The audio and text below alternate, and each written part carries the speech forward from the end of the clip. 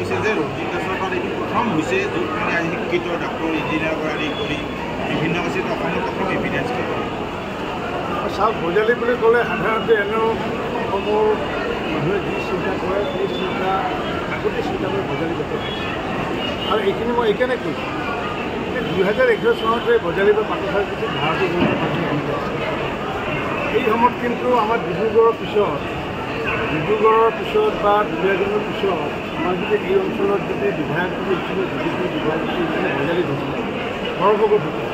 তাৰমানে ভোজালীয়ে যি কথা চিন্তা কৰে সৰভোগৰ কথা যি কথা আজি চিন্তা কৰে ৰাইজে আৰু এতিয়া বাস্তৱত দেখিছোঁ আৰু সেইকাৰণে আজি আমি যি আমাৰ সদস্যতা অভিযান চলি আছে সেই সদস্যতা অভিযানৰ মুখস্বৰূপে আমি ইতিমধ্যে যিসকলে নন পলিটিকেল ব্যক্তি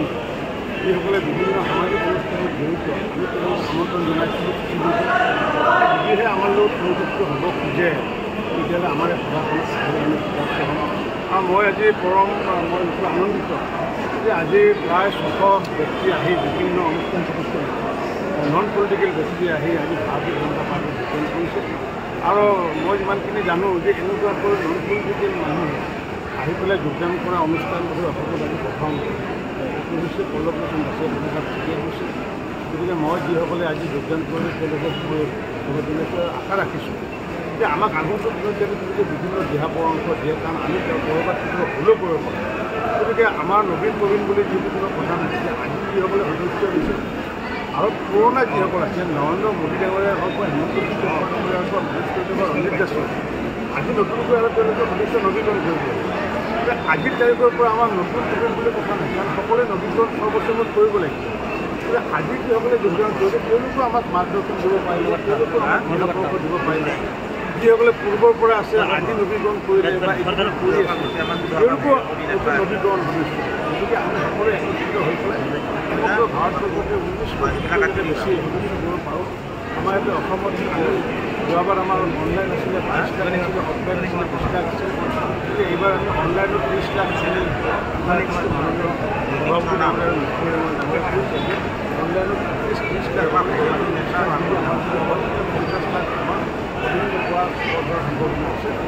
ভোজালীৰ যিসকল আজি অনুষ্ঠান প্ৰতিষ্ঠানৰ ব্যক্তি আহিছে তেওঁলোকে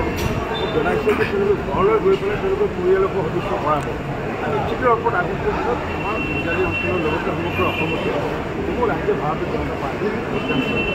বিজেপিক সততে কোৱা যায় যে ধনী মানুহৰ দল কিন্তু বিপৰীত ছবি দেখা গৈছে খাটি খোৱা মানুহো আহি যোগদান কৰিছে আজি চবে ইয়াতে যিবোৰ আহিছে প্ৰাক্তন শিক্ষক আহিছে বা চিকিৎসক আহিছে বা প্ৰাক্তন শিক্ষক আহিছে বা বিভিন্ন সমাজৰ তেনেকৈ সভাপতি সম্পাদক আহিছে আৰু এইসকল খেতি কৰা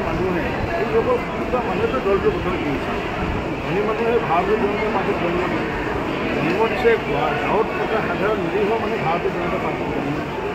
আৰু সেই জন্ম দি পেলাই আজি 1980 চনৰ পৰা এই পৰিৱেশটো পাইছোঁ এই পৰিৱেশটো পোৱাৰ ক্ষেত্ৰত আজি গয়া ৰাইজৰ যথেষ্ট ধৰণৰ অৰিহণা আছে আৰু আজিও আমাৰ গয়াৰ শিক্ষিত ৰাইজ গয়াৰ প্ৰতিষ্ঠিত ৰাইজ গয়াৰ লিডিং চিটিজেনসকলে যোগদান কৰিছে টাউনৰ লিডিং চিটিজেন যোগদান কৰিছে গতিকে এনেকুৱাকৈ আমি যদি আগবাঢ়ি যাওঁ তেতিয়াহ'লে ভাৰতীয় জনতা পাৰ্টিৰ দেখা গৈছে যে 19 লাখ ঘৰ কমপ্লিট হোৱাৰ পিছত 1,71,000 আৰু ঘৰ আবণ্টন দিছে অসমত এই ঘৰ যেতিয়া সম্পূৰ্ণ হ'ব আৰু কিমান বাকী ৰৈ যাব আমাৰ যোৱাকালি মাননীয় মুখ্যমন্ত্ৰী হিমন্ত বিশ্ব শৰ্মা ডাঙৰীয়াৰ লগত যিহেতু 20 লাখৰ ভিতৰত এতিয়ালৈ আমি 19,15,000 ঘৰ আমি সম্পূৰ্ণ কৰিছোঁ আৰু এইটোৰ কাৰণে সন্তুষ্ট হৈ পৰে ভাৰত চৰকাৰৰ মাননীয় প্ৰধানমন্ত্ৰী নৰেন্দ্ৰ মোদী ডাঙৰীয়াই আমাক পুনৰ 1,71,000 আমাৰ ঘৰ আবণ্টন দিছে আৰু যোৱাকালি এইটো লৈ পেলাই মাননীয় মুখ্যমন্ত্ৰী ডাঙৰীয়াই অভিনন্দন জনাইছে প্ৰধানমন্ত্ৰী ডাঙৰীয়াই মই অভিনন্দন জনাইছোঁ মুখ্যমন্ত্ৰী ডাঙৰীয়াই কাৰণ কিয় মুখ্যমন্ত্ৰী ডক্টৰ হিমন্ত বিশ্ব শৰ্মা ডাঙৰীয়াই যে আমাৰ যাতে প্ৰথম কিস্তিৰ যে ধন এপ্লাই কৰি দিয়ে তাৰ কাৰণেতো অনুৰোধ জনাই আহিছিলে ভাৰত চৰকাৰ আৰু সেইটোৰ আধাৰত মাননীয় প্ৰধানমন্ত্ৰী নৰেন্দ্ৰ মোদী ডাঙৰীয়াই অহা 15 তাৰিখে সমগ্ৰ ভাৰতবৰ্ষত প্ৰথম কিস্তিৰ ধন এপ্লাই কৰি দিব আমাৰ প্ৰধানমন্ত্ৰী আৱাস যোজনাৰ ক্ষেত্ৰত আৰু এইখিনি শেষ হোৱাৰ পিছত আমি পুনৰ ঘৰ পাওঁ আমি আশা ৰাখিছোঁ যে আমি 7 লাখমান ঘৰ শেষ পোৱাৰ আশা ৰাখিছোঁ মূলগত মাননীয় মুখ্যমন্ত্ৰী ডাঙৰীয়ালে হওক মোৰ কথা এইটোৱে অসমত আগন্তুক দিনত কোনো দুখীয়া মানুহৰ কেঁচা ঘৰ থাকিব নোৱাৰিব প্ৰধানমন্ত্ৰী আৱাস যোজনাৰ জৰিয়তে আমি আহিব নোৱাৰোঁ, ঘূৰাব নোৱাৰোঁ, তেতিয়া মুখ্যমন্ত্ৰী আৱাস যোজনা যি আঁচনি লোৱা হৈছে, সেই মুখ্যমন্ত্ৰী আৱাস যোজনাৰ জৰিয়তে যেতিয়া মানুহে ঘৰ পাব, যাৰ কেঁচা ঘৰ আকৌ যাৰ বহুত ঘৰ কিন্তু হয়তো প্ৰতি ঘৰ আছে, তেওঁ হয়তো দুখীয়া বুলি হয়তো কয় বিভিন্ন তেওঁলোকে ঘৰ নাপাব, যিসকলে দুখীয়া আৰু কেঁচা ঘৰ আছে নিশ্চিত ঘৰ পাব। চৰকাৰী চাকৰি গৈছে কি তেওঁলোকৰ কথা এতিয়া হয়তো ক'বলগীয়া একো নাই, কাৰণ কিয় ধৰক তেওঁলোকে কংগ্ৰেছৰ পক্ষে তেওঁলোকে আয়াৰাম এই ক'ৰবাত গয়াৰাম হৈছে গয়াৰাম হৈয়ে থাকক, আয়াৰাম হৈ আছে আয়াৰাম হৈ থাকক, কিন্তু দলৰ পৰিৱৰ্তন আমাৰ দলতো বহু মানুহ আহিছে, বিজেপিৰ পৰা আহিছে, কংগ্ৰেছৰ পৰা আহিছে, আমাৰ ক্ষেত্ৰত আহিছে।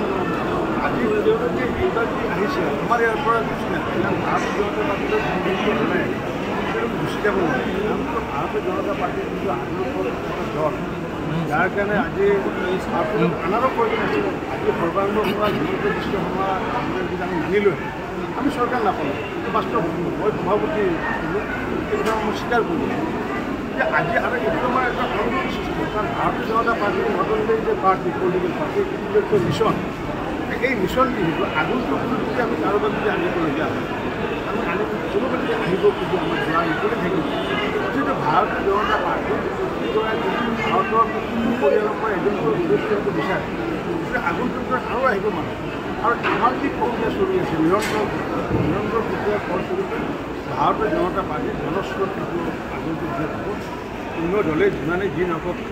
কাৰণ আমি হৈছোঁ মানে সাগৰৰ মানে তলৰ ঢৌ,